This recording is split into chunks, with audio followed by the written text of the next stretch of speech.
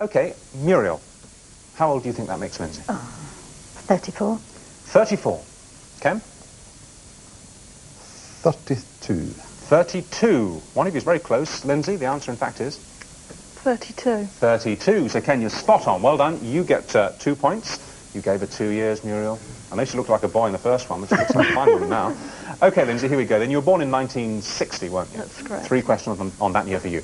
Which widow of the assassinated Prime Minister of Ceylon was elected to succeed him, becoming the world's first woman Prime Minister? Bandaranaike. I'll take it. I'll have a go at the pronunciation because it is hard. Bandaranaike. Yeah. Absolutely right. Mrs. Sirimavo Bandaranaike. So you get 2 points. Who became in June the first boxer ever to regain the World Heavyweight Championship after losing it a year earlier to Ingemar Johansson? Oh, Patterson. Yes, Floyd Patterson. Another 2 points. And finally, who was the star of the 1960 television comedy series It's a Square World? Oh, It's a Square World. No? Bob Monkhouse. Well, he's been going for a while, but no, not Bob. Anybody else? Muriel, Ken? Yes, Ken? Michael Benteen. Yes, it was Michael Benteen, ex of the Goon. So you get another bonus point there, Ken, or 2 of them. And at the end of that round, we can see that Muriel and Ken are neck and neck on 6. Lindsay, you're just in the lead with 8. Well done.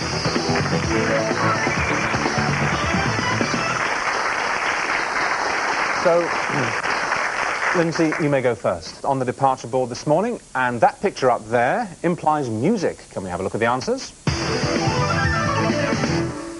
Yeah, they're all record labels. All record labels. So what you've got to do is to match up these questions to those 9 answers. Multiple choice time.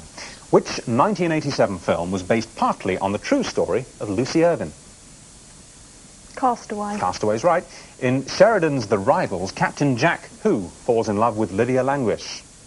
Wilbury. No, not Wilbury. Try again. Vanguard.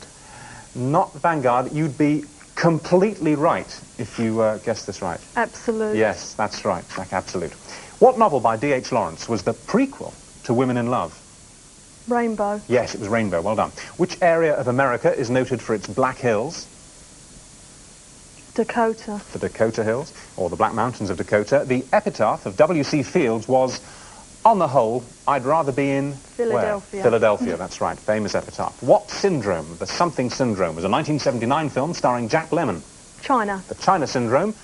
We'll leave the Virgin to her own devices and move on to a general question for you here. What children's television superstar recorded his records on the Rodent label?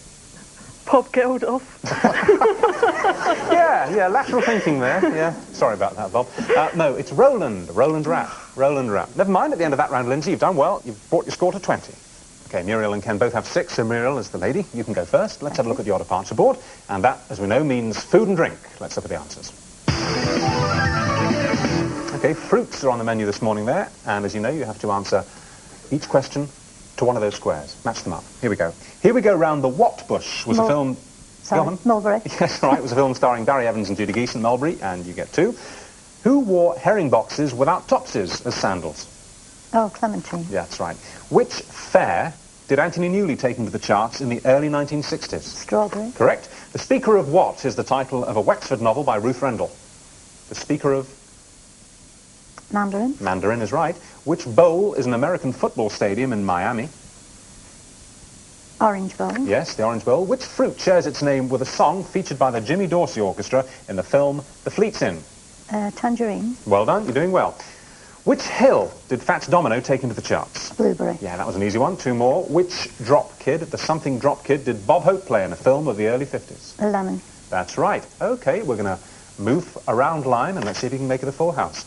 Conference and comis, or comis, are varieties of which fruit? Pears. Round of applause. She's got the 2 extra bonus points.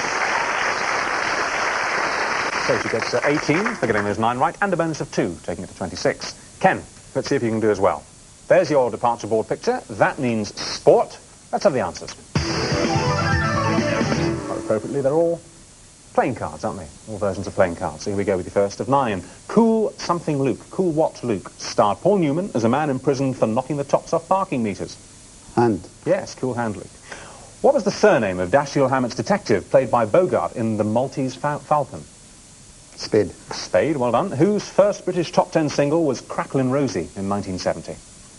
Diamond. Neil Diamond. What was in the hole in the title of the film in which Kirk Douglas played a tough newsman? Ace. Ace in the Hole. Great movie.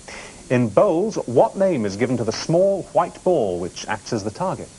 Jack. It's the jack. The What of Spades is the title of an opera by Tchaikovsky.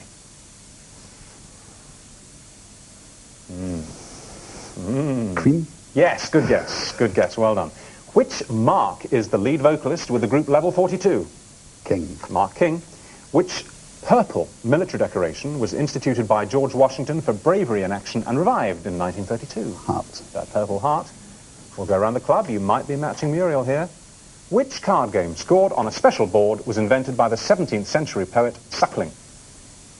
Bridge. It wasn't bridge. Bad luck. It was cribbage. Oh, that's what I meant. Cribbage, that's what you meant, yeah. But never mind. Give him a round of applause. He did very well. So there's nothing of any importance in this really at this stage. 26, 22, 20, very close indeed. So on the buzzer now for the group departure board. Let's have a look at your joint subject this morning. That picture means literature. Let's have a look at the answers. Yes, they're all authors, aren't they? All famous authors. So fingers on the buzzers, here we go. In 1987, which news baron purchased the Today newspaper from the Lonrho Group? Lindsay? Maxwell. No. So I'm afraid it's 2 away. Yes, Ken? Murdoch. It was indeed Murdoch. Well done. Next question. What entrepreneur founded Britain's chain of habitat stores? Yes, Lindsay. Conrad. Yes, well done. And you get 2. The 1980s television series Juliet Bravo was set in what town? Juliet Bravo. When did it all happen? Ken? Hartley. Yes, was that a guess? Yeah. Ooh, a risky one, but it gets you the points. In 1979, who became Britain's first million-pound footballer in a transfer from Birmingham City? Yes, Ken? Francis. Yes, Francis. Which general died in the siege of Khartoum? Ken? Gordon. Yes, in 1885. What American singer had her only UK hit in... Yes, Ken? Lee. No, it wasn't Lee. 2 away. Her only UK hit in 1957 with Crimea River. Lindsay? Collins. Not Collins. So come on, who's going to come in quick? Yes, you were fastest, Muriel. London. Yes, well done. London is right. And at the end of that round, we can see that Lindsay has 18, but Ken and Muriel neck and neck with 28.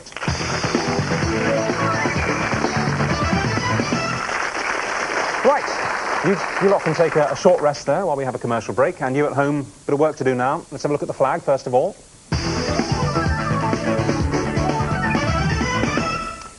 Right, that's the flag of, yes, of Portugal. So you want a question on Portugal. This is just for you, nobody else. No prizes, I'm afraid, just the thrill of taking part. Which Portuguese overseas territory will be returned to China in 1999? Which Portuguese overseas territory will be going back to China in 1999? Give you the answer in about 2 minutes from now. See you then.